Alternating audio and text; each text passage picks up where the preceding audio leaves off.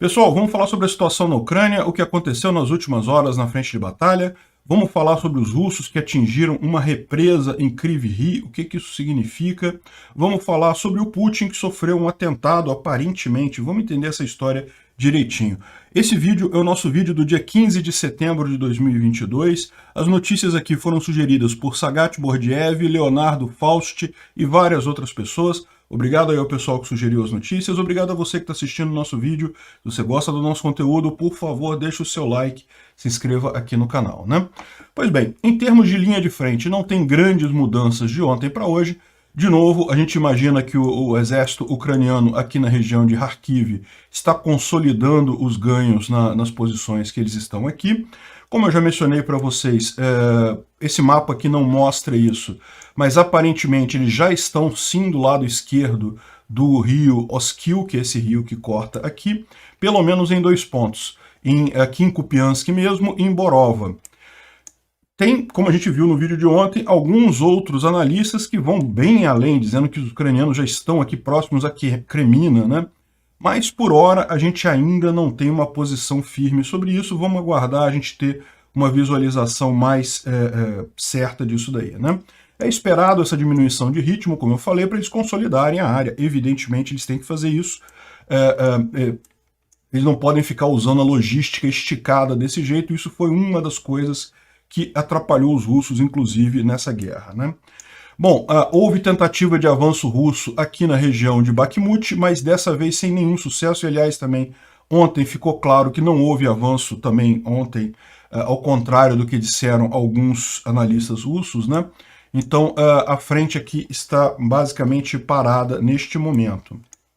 De novo, tem um monte de tropas ucranianas aqui nessa região aqui em Vuhledar, como eles falam, essa região aqui. Aonde que esse pessoal vai fazer, para onde que vai, quando é que vai ser essa ofensiva, a gente não sabe, né? Mas ontem a gente teve a confirmação de que Kiselivka está nas mãos dos ucranianos, né? Lembra, a gente já vinha falando há alguns dias isso, que a cidade estava já nas mãos dos ucranianos, mas provavelmente eles precisaram aguardar, tá todo o controle mesmo da cidade para anunciar isso. Isso é uma coisa muito significativa, porque coloca os ucranianos a poucos quilômetros de Chornobaivka, que já é a próxima cidade antes de Kherson, ou seja, definitivamente os ucranianos estão muito próximos aqui de atacar diretamente Kherson, né? A gente não tem mais muitas informações desse fronte aqui, e a grande questão que a gente tem neste fronte é justamente o desespero russo que os levou a atingir um reservatório aqui em Kryvyi Rih. A gente vai falar sobre esse caso do reservatório, mas antes disso, vamos dar uma repassada no que aconteceu ontem, ainda em Izium, porque tem algumas coisas importantes a gente complementar, né? Como a gente falou ontem, o Zelensky esteve em Izium, fez uma série de fotos com os militares lá, apareceu num monte de coisa, foi uma jogada de marketing, de propaganda muito interessante, aquilo que eu falei para vocês, não se deve subestimar esse tipo de coisa, não é besteira fazer isso, é importante, isso dá moral para as tropas, e isso fica bem na foto, aparece bem, né? E como pode constatar que o próprio Dmitry, ele fala aqui sobre alguns bloggers russos falando sobre essa visita do Zelensky em Irpin, cheio de dor, né? Estão todos doloridos por conta dessa visita, para você ver como isso humilha os caras adicionalmente. Isso leva eles a baixar a moral mais um pouquinho, mais do que já baixaram pela derrota na cidade, né? Então, aí ele está falando aqui que o comandante em chefe está logo ali posando em Izium com os defensores e coisa e tal. Daí ele lembra que os russos têm uma história de uma vez que a bandeira russa é levantada, ela nunca deve ser abaixada e coisa e tal. Enfim, né? Não foi o que aconteceu ali, né? E as imagens com liberação nacional, entusiasmo e coisa e tal, os ho-hos é uma gíria depreciativa com que os russos se referem aos ucranianos, estão cheios de orgulho e coisa e tal. E daí ele lembra a questão, né? Como que, na verdade, nunca houve isso do lado russo. Os russos nunca conseguiram impor essa propaganda, né? Esse senso de orgulho nas pessoas, mesmo quando eles conseguiram, por exemplo, tomar Mariupol, ele fala aqui. Nunca foi uma tragédia para eles, e sucessos, mesmo sucessos modestos dele, são elevados ao ranking de vitória total e coisa e tal. O sucesso atual deles não é de nenhuma forma modesto. Na verdade, é o maior desde o início da Special Operation, né, da operação especial. Agora, repara a propaganda, né, compara a deles com a nossa. Aí está o problema. Isso é o que os nossos administradores estão fazendo sobre isso e coisa e tal, né? Não é o único.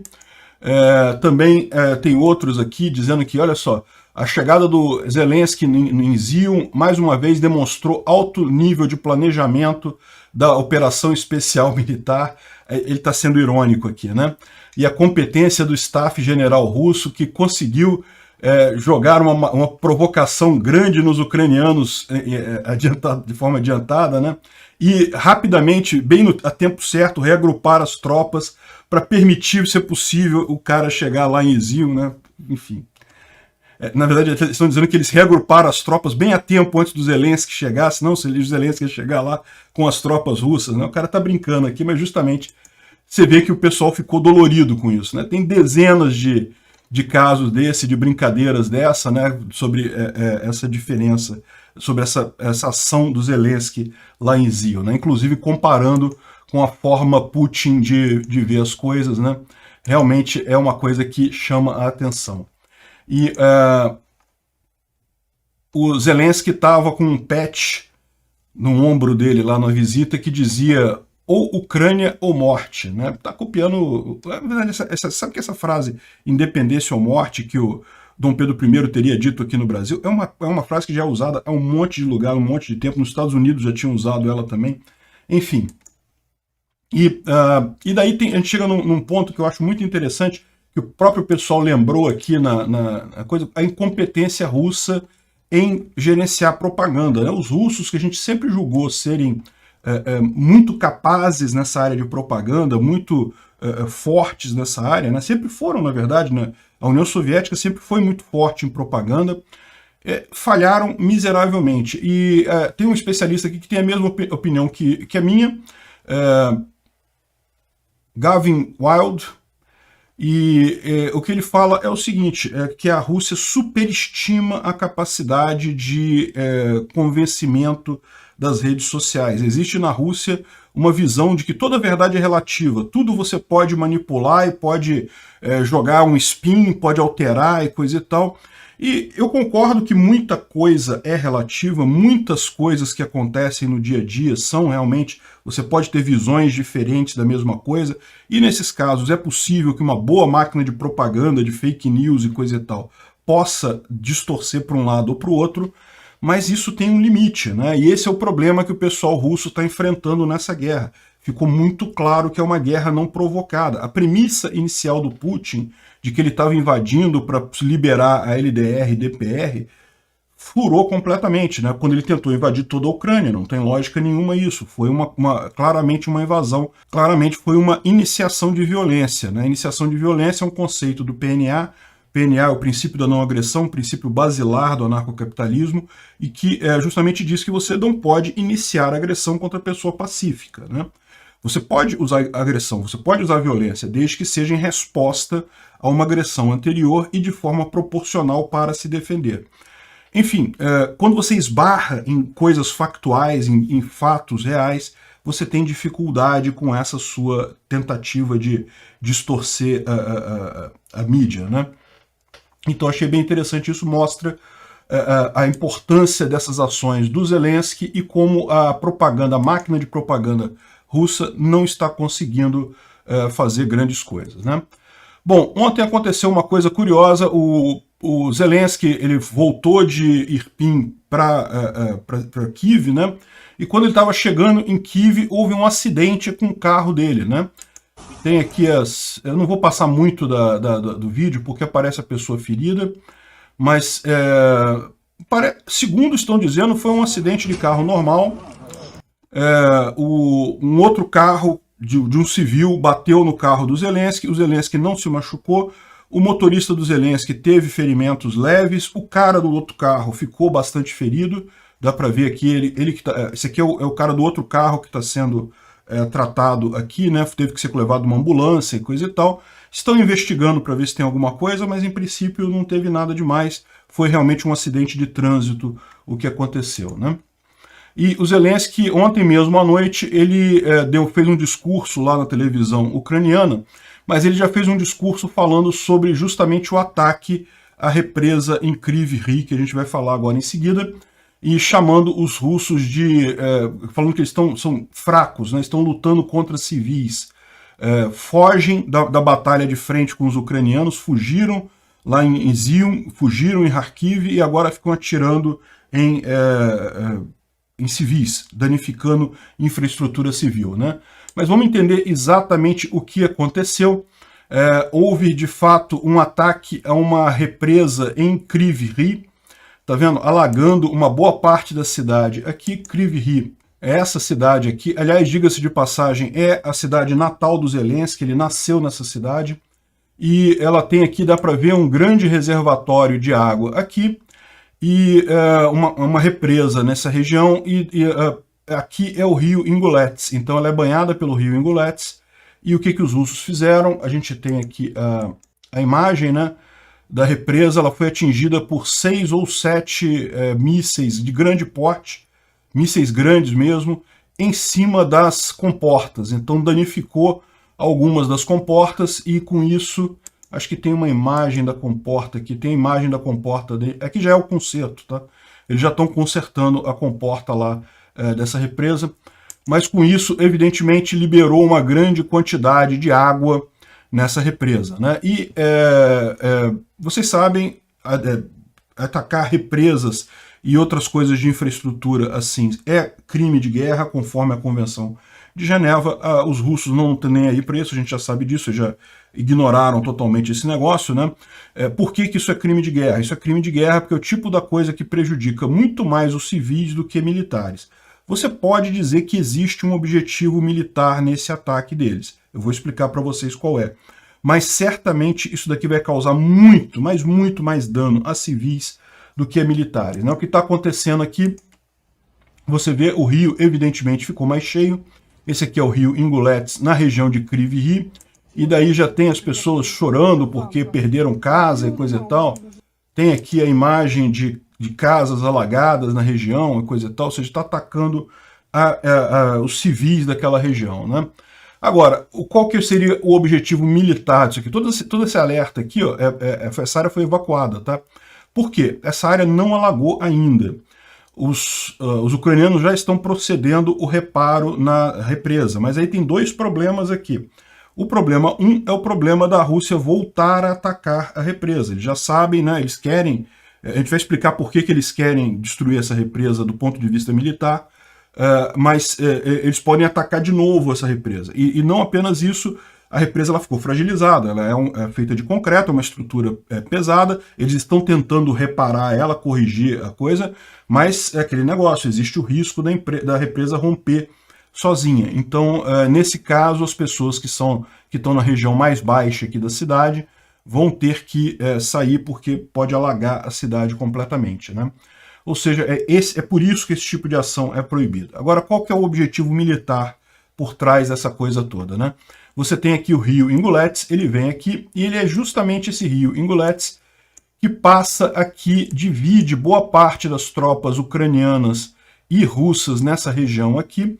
Os ucranianos já têm uma boa cabeça de ponte aqui, já tem uma boa área tomada deste lado de cá do rio Ingulets, só que o que acontece? As pontes aqui nessa região já foram todas destruídas na guerra, não tem mais nenhuma ponte que os ucranianos possam usar aqui. Eles estão usando aqueles pontões, aquelas pontes temporárias de exército. E qual que é o problema disso? Imagina um rio subindo muito, um rio alagando, um rio com correnteza muito forte. Essas pontes não conseguem segurar esse tipo de coisa.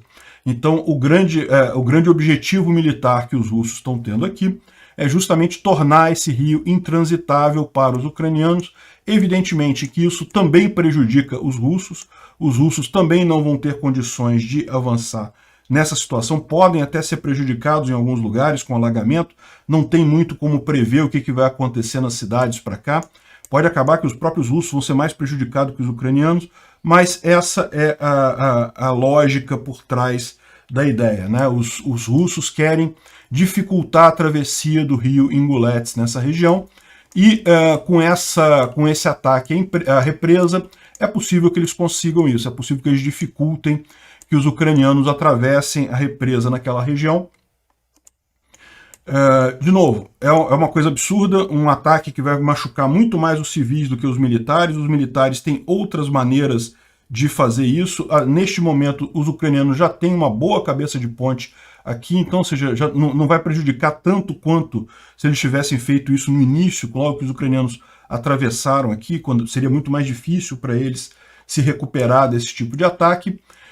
Vai prejudicar outras coisas também, por exemplo, o próprio rio aqui separa tropas russas na região, esse aqui é o rio Ingulets.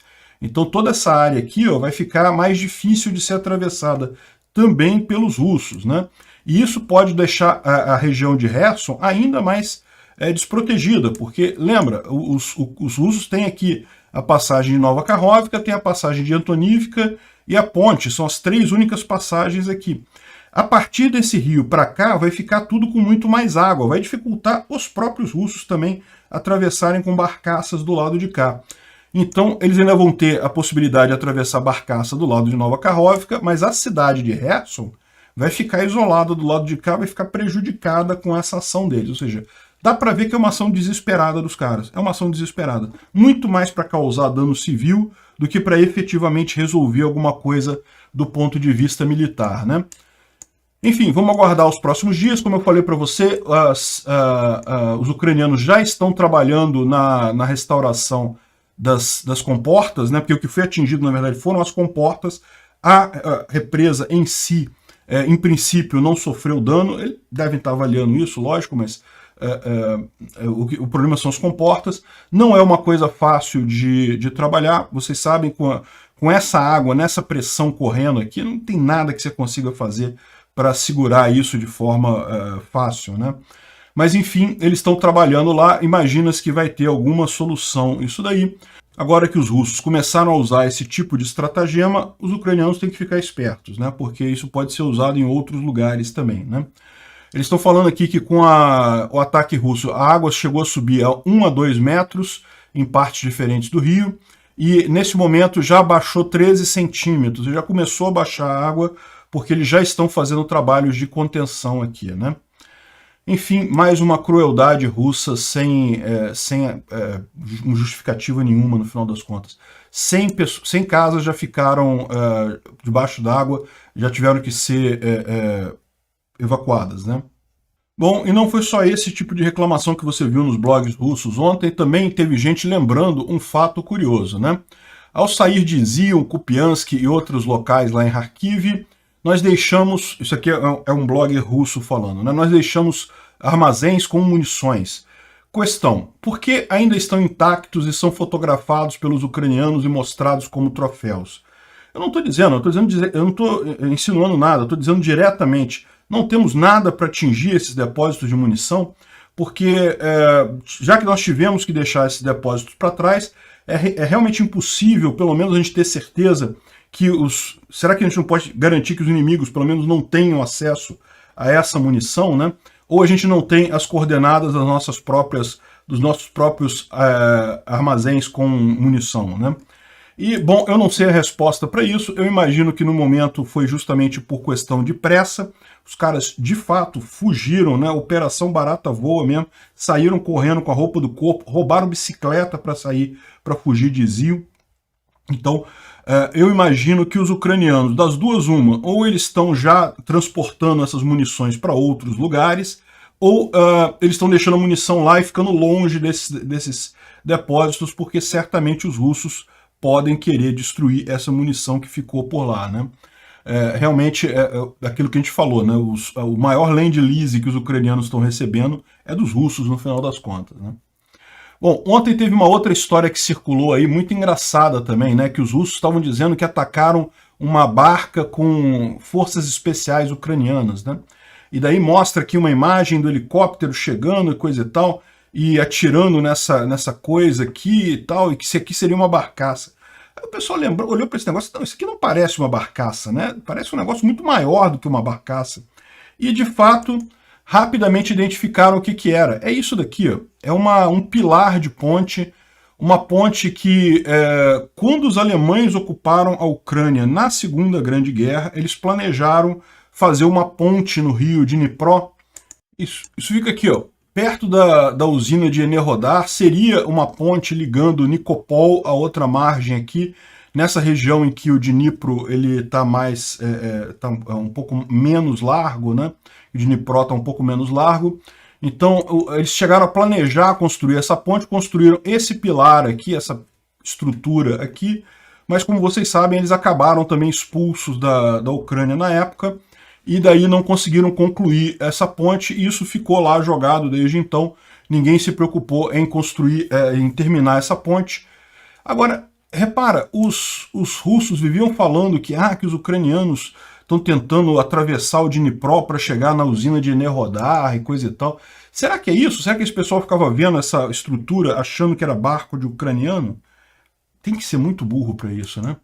Tem uma nova entrevista com Arestovich aqui, em que ele fala justamente sobre a situação lá em Kharkiv, e ele está dizendo que os ucranianos estão liberando Lima, né? A gente falou, Lima há uma certa contradição, se algumas pessoas dizem que já foi liberada, outras que não. Como mostra aqui no mapa, está meio a meio, né? Os ucranianos estão aqui nessa parte de cá e os russos, né, estariam aqui. Mas segundo ele, os ucranianos estão limpando a cidade, estão acabando com os russos que tem aqui. E os russos estão se reorganizando em Svatov. Ou seja, eles já perderam a segurança do rio Oskil, porque, como a gente falou, os ucranianos já ultrapassaram aqui em Kupiansk e aqui em Borova. Então já tem dois grandes grupamentos de ucranianos do lado esquerdo do rio Oskil, né? Então os russos estão agora em Svatov tentando organizar uma defesa um pouco mais estruturada aqui em Svatov para impedir que os ucranianos tomem ou retomem toda a parte de Luhansk, né? Todo o oblast de Luhansk. Então é isso que ele está dizendo aqui. Segundo ele, 2,5 batalhões estão heroicamente segurando Lima, batalhões russos, né? Mas eles já estão tentando formar uma segunda linha de defesa porque sabe que vai cair Lima, né? Entre Rubizny e Svatov. Ou seja, justamente como a gente falou, Rubizny fica aqui, né? Ou seja, essa aqui seria justamente acompanhando esse outro rio aqui, que é o rio Krasna, né? Então, essa é a situação ali. Ele fala sobre a questão lá de Kryvyi Rih, aquilo que a gente falou mesmo, eles estão querendo destruir os pontões no rio Ingulets e coisa e tal.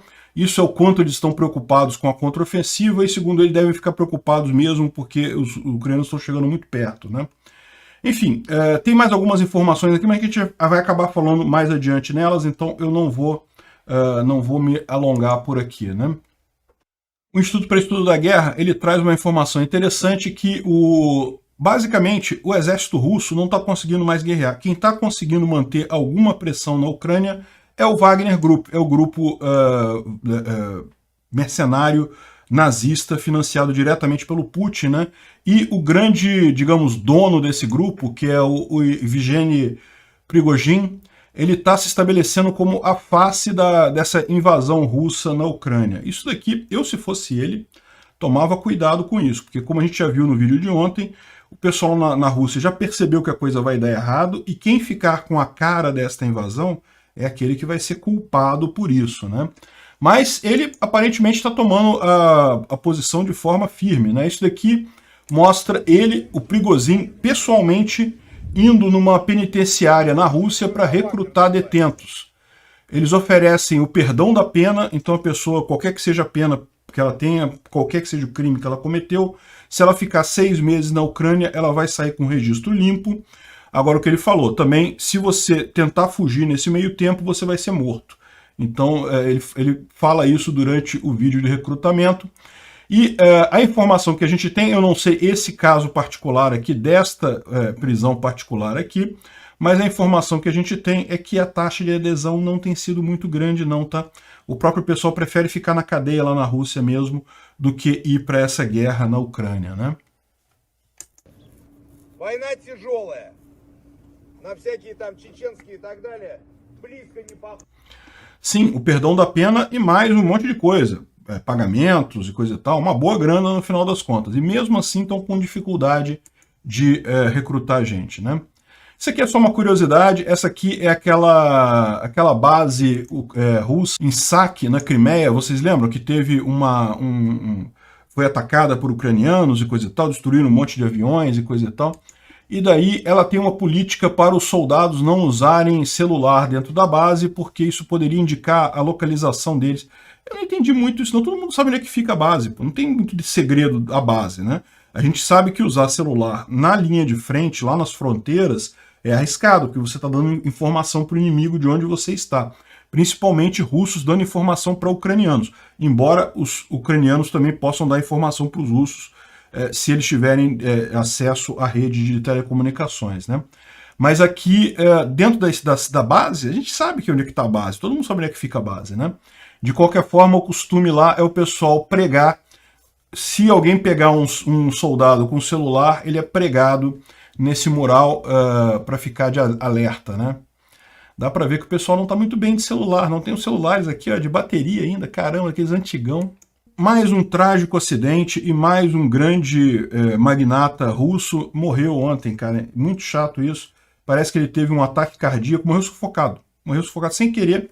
Do nada ele se sufocou sozinho, deve ter, sem querer, estava brincando de botar saco na cabeça, alguma coisa assim, e acabou morrendo, né? Então, pior que é isso mesmo. O anúncio que fizeram é que ele teve um sufocamento acidental. Eu fico me perguntando como é que foi isso, mas enfim, melhor nem ficar sabendo.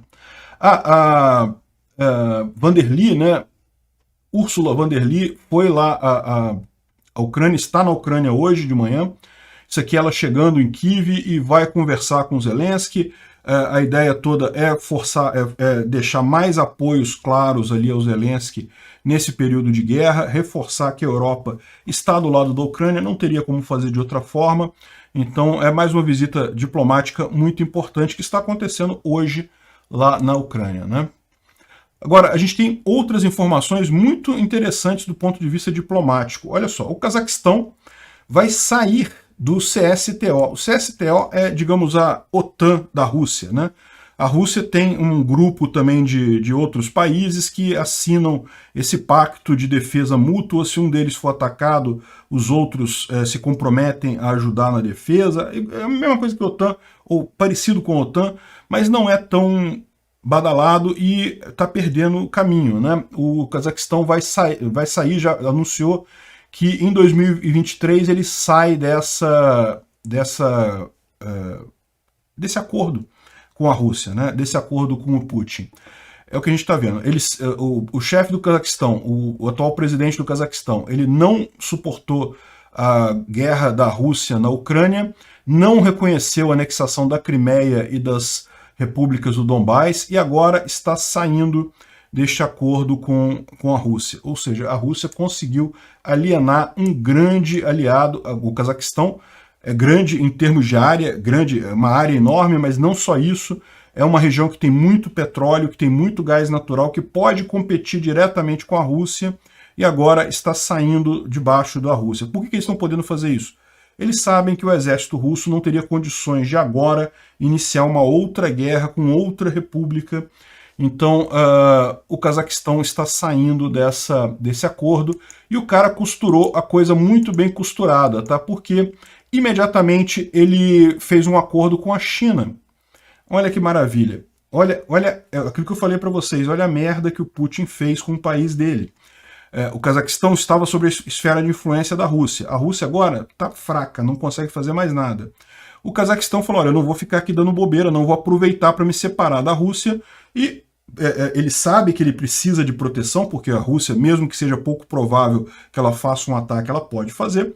Se ligou com a China, que bem ou mal, a China tem um monte de defeitos também, mas pelo menos recentemente não andou invadindo nenhum país à força para matar pessoas, estuprar crianças e coisa e tal. Então, pelo menos, não vou dizer que a China é inocentezinha e coisa e tal, mas não está no patamar da Rússia. Repara como que a Rússia está se deteriorando.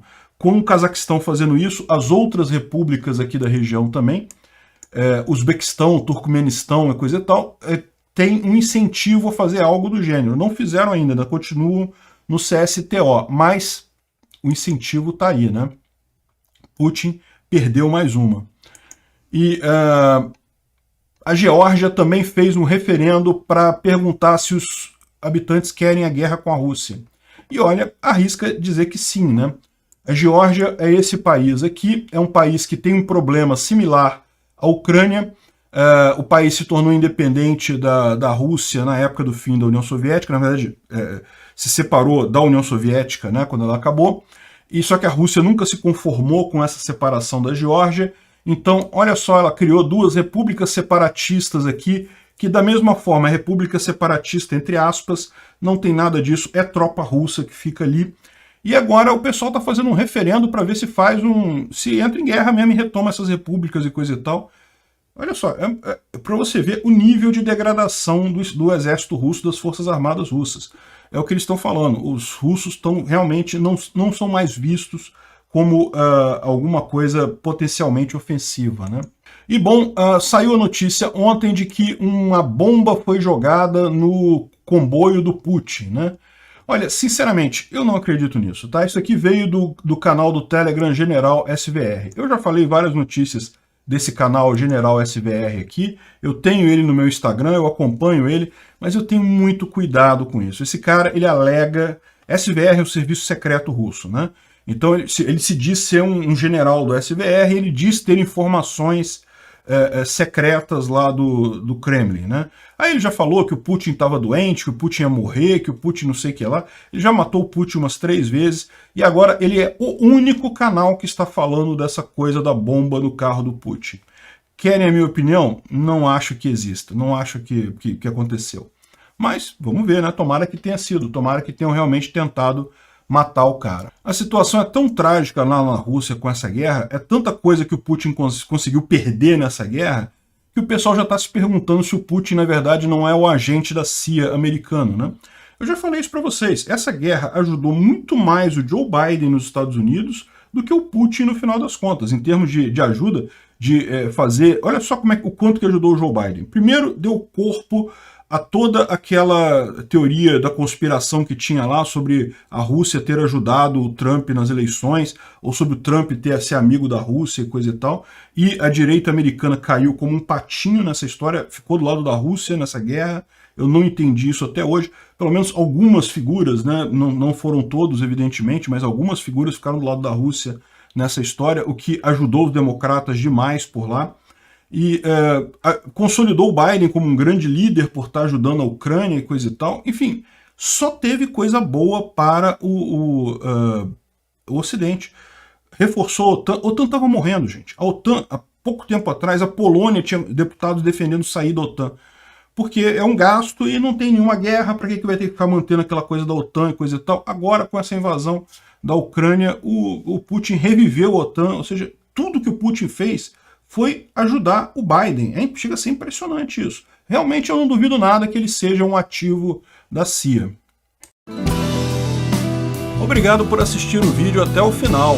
Além de curtir, compartilhar e se inscrever no canal, considere se tornar patrocinador com valores a partir de R$ 1,99. Clique no botão Seja Membro abaixo para saber as condições e vantagens de patrocinar o canal. Mais informações sobre o nosso projeto, visite nossos sites indicados na tela.